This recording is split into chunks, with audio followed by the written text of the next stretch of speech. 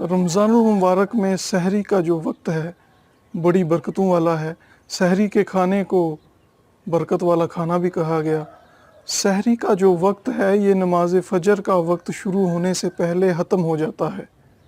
جیسے مثال کے طور پہ اگر کسی شہر میں 4:10 پر فجر کا ٹائم شروع ہو رہا ہے تو آپ جو ہے 4:10 سے پہلے پہلے آپ کو کھانا سحری وغیرہ پانی پینا وغیرہ یہ ختم کرنا پڑے گا۔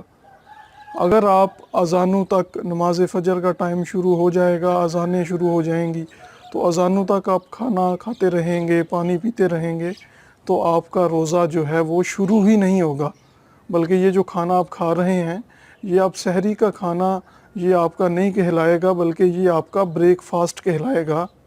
تو اس لیے اس چیز کو ذہن میں رکھیے اور نماز فجر کا ٹائم شروع ہونے سے پہلے اور اذانوں کا ٹائم شروع ہونے سے پہلے کھانا وغیرہ پانی پینا وغیرہ ختم کر دیں۔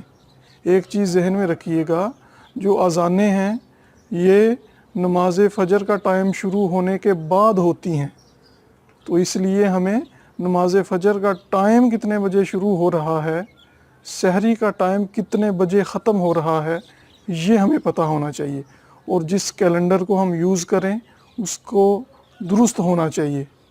آپ جو درست کیلنڈر ہے وہ www.dawat-islami.net سے بھی ڈاؤن لوڈ کر سکتے ہیں۔